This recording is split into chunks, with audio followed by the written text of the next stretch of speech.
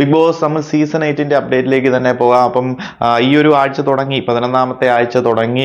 പുതിയ വീക്കിലി ടാസ്കുകളും കാര്യങ്ങളും ഒക്കെ തുടങ്ങുന്നു. ഓൾറെഡി റാണവിന് ഇഞ്ചുറി ആയെന്നൊക്കെ വാർത്തകൾ കേൾക്കുന്നുണ്ട്. അതിന്റെ അപ്ഡേറ്റുകളും കാര്യങ്ങളും ഒക്കെ ഞാൻ തന്നിട്ടുമുണ്ട്. അതിനോടൊപ്പം തന്നെ സോഷ്യൽ മീഡിയകളിലും ട്വിറ്ററിലും ഒക്കെ ഭയങ്കരമായിട്ട് ട്വീറ്റ് ചെയ്യുകയും അതുപോലെ തന്നെ ഭയങ്കര പോസ്റ്റുകൾ വരികയും ചെയ്യുന്നുണ്ട്. Deepak Dinakar Bigg Boss season 8ൽ നിന്ന് വാക്കൗട്ട് ആക്കി എന്നൊക്കെ.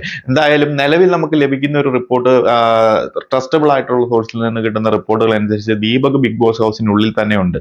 ഇങ്ങനൊരു ന്യൂസ് അല്ലെങ്കിൽ ഇങ്ങനെ ഒരു റിപ്പോർട്ടുകളും കാര്യങ്ങളും എന്തുകൊണ്ട് സോഷ്യൽ മീഡിയയിൽ വരുന്നു എന്നതിനെ കുറിച്ച് ഒരു വ്യക്തതയില്ല. തമിഴ് ബിഗ് ബോസിനെ ഞാൻ നോക്കി കാണുമ്പോൾ, മലയാളം ബിഗ് ബോസ് ഒക്കെ വെച്ച് നോക്കുമ്പോൾ വളരെ വേസ്റ്റ് ആയിട്ടാണ് അവരുടെ ഓഡിയൻസ് ആണെന്നുണ്ടെങ്കിലും അതുപോലെ തന്നെ സോഷ്യൽ മീഡിയ ഹാൻഡിലിംഗ് ചെയ്യുന്നു, PR ഏജൻസീസും ഒക്കെ ഹാൻഡിൽ ചെയ്യുന്നു. അതുപോലെ തന്നെ നമ്മുടെ കണ്ടസ്റ്റൻസിന്റെ വേണ്ടപ്പെട്ടവരൊക്കെ മാർക്കറ്റിംഗ് അവരുടെ കണ്ടസ്റ്റന്റിന് വേണ്ടിയും എതിർ കണ്ടസ്റ്റന്റിന് വേണ്ടിയും ഡീഗ്രേഡിങ് ചെയ്യുന്നതും ബുള്ളിങ് ചെയ്യുന്നതും, ഫാൻസ് ആണെന്നുണ്ടെങ്കിലും ഈ ഒരു കണ്ടസ്റ്റൻസിനെ ബുള്ളിങ് ചെയ്യുന്ന രീതികളാണെന്നുണ്ടെങ്കിലും ഹറാസ്മെന്റ് ആണെന്നുണ്ടെങ്കിലും, നമ്മുടെ മലയാളത്തിലൊക്കെ ബുള്ളിങ്ങും ഹറാസ്മെന്റും ഒക്കെ സോഷ്യൽ മീഡിയകളിലൊക്കെ പ്രത്യേകം താല്പര്യമുള്ള കണ്ടസ്റ്റൻസിന് നേരെയും എതിർ കണ്ടസ്റ്റൻസിനും ഒക്കെ എതിരെ നടക്കാറുണ്ട്.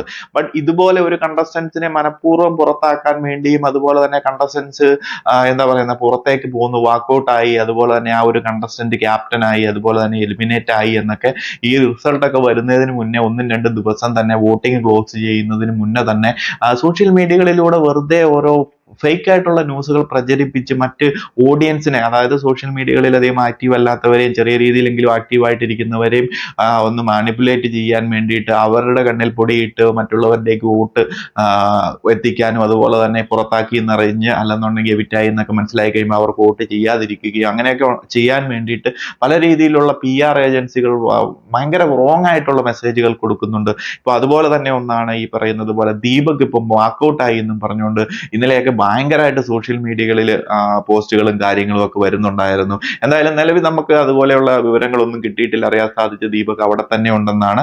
ഇതൊക്കെ കുറെ PR ഏജൻസികളും അതുപോലെ തന്നെ ഓരോ കണ്ടസ്റ്റൻസിന്റെ എന്താ പറയുന്ന സോഷ്യൽ മീഡിയ ഹാൻഡിലൊക്കെ ചെയ്യുന്നവർ മനഃപൂർവ്വം മറ്റു കണ്ടസ്റ്റൻസിനെ കരിവാരി തേക്കാനും അവരെ എങ്ങനെയെങ്കിലും പുറത്തേക്കാക്കി മറ്റ് അവർക്ക് വേണ്ട താല്പര്യമുള്ള കണ്ടസ്റ്റൻസിനെ വിജയിപ്പിക്കാനും വേണ്ടി മനഃപൂർവ്വം ചെയ്യുന്ന ദ്രോഹമാണെന്നാണ് എനിക്ക് പറയാനുള്ളത്. അവരെ ഇതുപോലെ ചെയ്യാതിരിക്കുക. തമിഴ് ഓഡിയൻസ് മൊത്തത്തിൽ ഇതുപോലെയൊക്കെയാണ്. അവരുടെ വോട്ടിംഗ് രീതികളും താല്പര്യങ്ങളും പല രീതിയിലാണ്. ഒന്നും ചെയ്യാതെ നിൽക്കുന്ന സൗന്ദര്യമൊക്കെ ടോപ്പ് വോട്ടിംഗ് ലിസ്റ്റിലൊക്കെയാണ്, ഒഫീഷ്യൽ പോളുകളിലൊക്കെ കാണുന്നത്. ഇതിന്റെ അടിസ്ഥാനത്തിൽ വോട്ട് ചെയ്യുന്നുവെന്ന് അറിയത്തില്ല. എന്നിട്ട് നല്ല രീതിയിൽ മികച്ച രീതിയിൽ ഗെയിം കളിക്കുന്നവരെ വോട്ട് ചെയ്യാതെ അല്ലെങ്കിൽ പല രീതിയിൽ ഇതുപോലെയുള്ള റോങ് ആയിട്ടുള്ള ഇൻഫോർമേഷൻ കൊടുത്ത് പുറത്തായി എന്നൊക്കെ അറിയിച്ച് പ്രേക്ഷകരെ കൊണ്ട് വോട്ട് ചെയ്യാതിരിപ്പിക്കുന്ന രീതികളൊക്കെ വളരെ മോശം തന്നെയാണ്.